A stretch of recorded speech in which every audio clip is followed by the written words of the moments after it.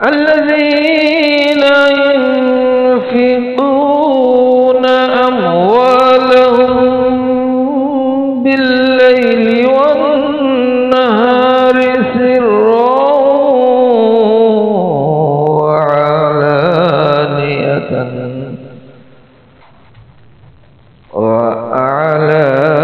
وأعلانية فلهم أجرهم عند ربهم ولا خوف عليهم ولا هم يحزنون।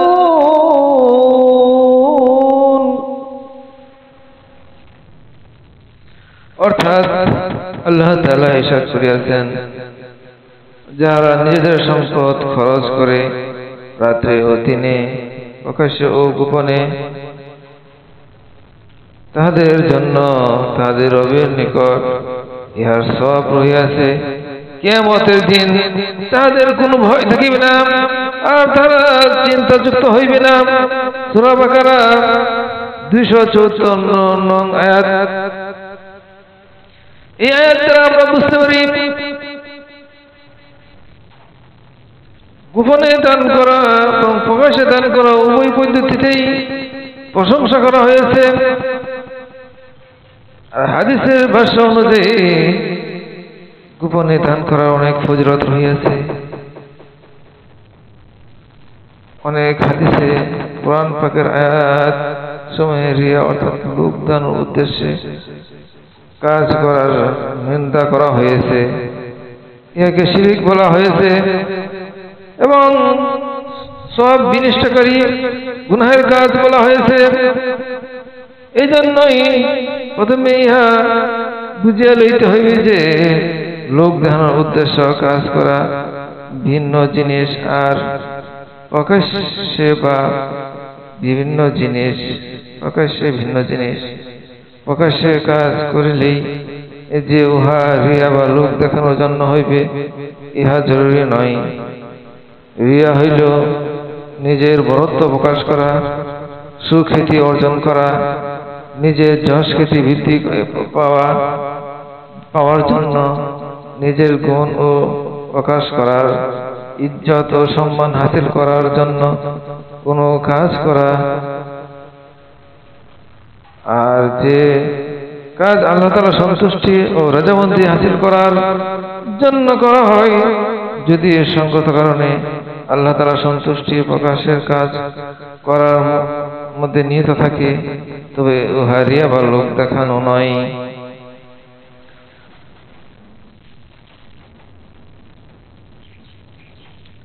তাই আমরা বলতে পারি আমাদের দান সদকা বেশি বেশি করে করতে হবে।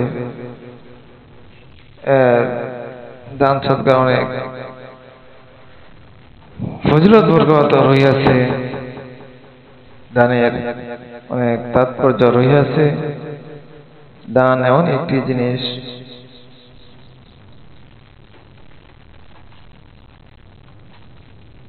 পূর্ববর্তী বুজুর্গগণ গোপনে শ্রদ্ধা করার ব্যাপারে এত বেশি চেষ্টা করিত যে তারা ইহাও পছন্দ করিত না যে ফকিরও জানিতে পারে যে কে সদকা করিয়াছে। এজন্য কোন বুজুর্গ তো তালাশ করত অন্ধ ফকিরের জন্য, আর কিছু কিছু লোক ঘুমন্ত ব্যক্তির পকেটে অর্থ সম্পদ রাখিয়া দিতেন, দান শ্রদ্ধা করিতেন, যাতে কেউ না জানে এবং নিজের মধ্যে যাতে রিয়া অহংকার না আসে।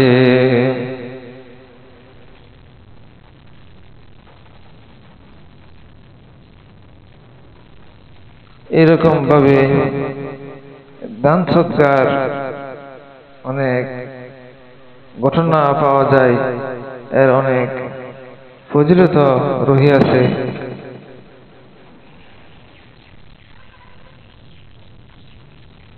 হযরত ইবনে আব্বাস রাদিয়াল্লাহু আনহু উক্ত আয়াতের ব্যাখ্যায় বলেছেন, আল্লাহ তাআলা নফল সদকার মধ্যে গোপনে দান করাকে প্রকাশ্যে দান করার উপর 70 গুণ ফজিলত দান করিয়াছেন। এবং ফরজ সদকার মধ্যে প্রকাশ্যে দান করাকে গোপনে দান করার উপর 25 গুণ ফজিলত দান করিয়াছেন। এমনিভাবে অন্যান্য সকল নফল ও ফরজ ইবাদত সমূহেও একই অবস্থা দুরূদে মানসুর কিতাবে হাদিসটি বর্ণিত হয়েছে। অর্থাৎ হযরত ইবনে উমর রাদিয়াল্লাহু তাআলা আনহু হইতে বর্ণিত রাসূলুল্লাহ সাল্লাল্লাহু আলাইহি ওয়াসাল্লামের হাদিস বর্ণনা করিয়াছেন যে নেক আমল চুপে চুপে করা প্রকাশ্যে করা হইতে উত্তম, কিন্তু ওই ব্যক্তির জন্য প্রকাশ্যে আদায় করা উত্তম যে ইহা চাই যে তাহাকে অনুসরণ করা হোক, মানে তার দেহাতে আরেকজন দান করুক, তাহার জন্য প্রকাশ্যে দান করা উত্তম।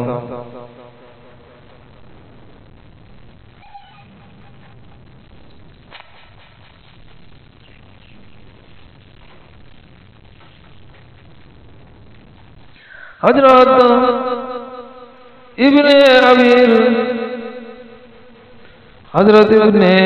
আবিল জাত রাহমাতুল্লাহ আলাইহি বলেন, এক মহিলা তাহার সন্তানকে লইয়া যাইতেছিল, পথে একটি বাঘ তাহার সন্তানকে ছিনাইয়া লইয়া গেল।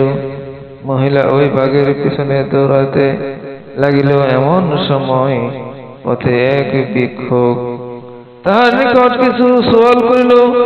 মহিলার নিকট একটি রুটি ছিল, সে উহা ভিক্ষুককে দিয়ে দিল। সেই বাঘটি ফিরিয়া আসিল এবং তাহার সন্তানকে ছাড়িয়া চলিয়া গেল। আমরা এর দ্বারা বুঝতে পারি যে দান সদকার কি ফজিলত রহিয়াছে।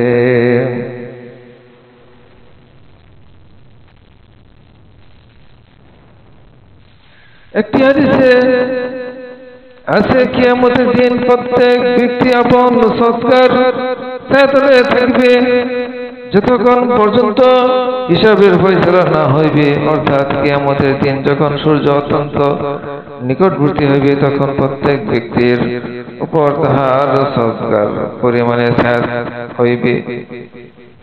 যত বেশি সদকা করিয়া থাকবে তত বেশি ছায়া হইবে। রাসূল সাল্লাল্লাহু আলাইহি ওয়াসাল্লাম ইরশাদ করেছেন, সদকা কবরের তাপ দূর করে। প্রত্যেক ব্যক্তি কিয়ামতের দিন আপন সদকার ছায়াই হাসিল করিবে। এই বিষয়ে তো অনেক বর্ণনা আসিয়াছে। সদকা বিপদ আপদ দূর করে। বর্তমান যুগে যখন মুসলমানদের উপর তাদের বদ আমলের কারণে চতুর্দিক হইতে সর্বরকমের বালা মুসিবত অবতীর্ণ হইতেছে, এমন অবস্থায় বেশি বেশি সদকা করা উচিত।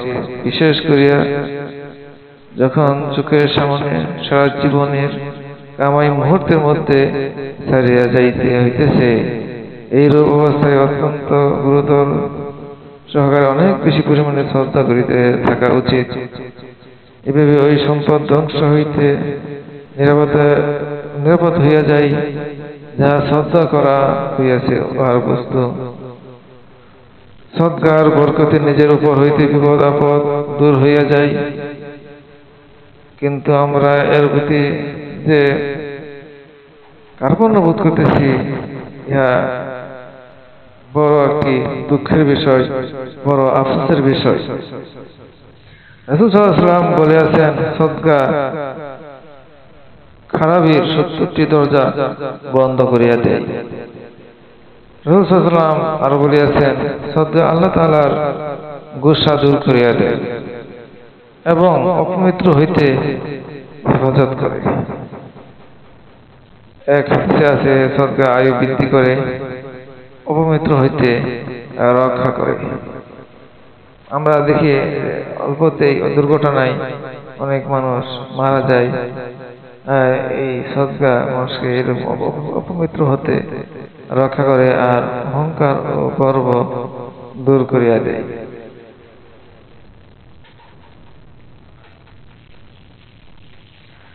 এক হাদিসে আছে, আল্লাহ তাআলা একটি টুকরা রুটি অথবা এক মুষ্টি খেজুর অথবা এইরূপ কোন মামুলি জিনিসের বিনিময়ে যাহা দ্বারা কোনো অভাবী লোকের প্রয়োজন মিটাইয়া যায়।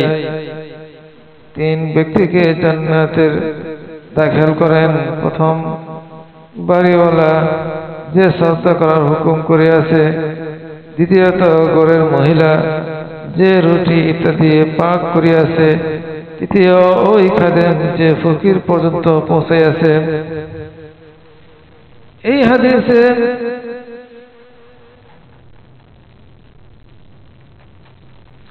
আমরা এই 3 ব্যক্তিকেই মানে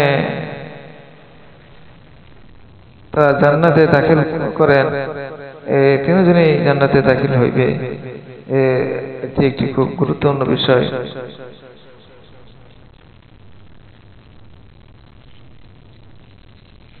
যে শুধু আদেশ করলো সেও কি জান্নাতি হয়ে গেল, যে রান্না বান্না তৈরি করলো, রান্না বান্না করলো সেও জান্নাতি হয়ে গেল, যে মানুষের কাছে নিয়ে পৌঁছিয়ে দিল সেও জান্নাতি হয়ে গেল। এইরকম অনেক ফজিলত বরকত রহিয়াছে। কিন্তু আমরা এখন যদি সদকার মাল আমাকে দেওয়া হয় গরিব পৌঁছানো দেওয়ার জন্য, পৌঁছিয়ে দেওয়ার জন্য, এটি আমরা নিজেরাই আত্মসাৎ করে ফেলি, তাহলে কিরকম হবে? আমরা জান্নাতের পরিবর্তে জাহান্নামে স্থান করে নিলাম। এইরকম ভাবে আমরা এর দ্বারা বিভিন্ন বিষয় বুঝতে পারলাম। হযরত আবু হুরায়রা রাদিয়াল্লাহু তাআলা আনহু বলেন, হুজুর সাল্লাল্লাহু আলাইহি সাল্লাম হযরত আয়েশা রাদিয়াল্লাহু আনহাকে বলেন, নিজেকে আল্লাহ তাআলার নিকট হইতে খুলিত করিয়া লও, যদিও খেজুরের একটি টুকরার বিনিময়ে হোক না কেন।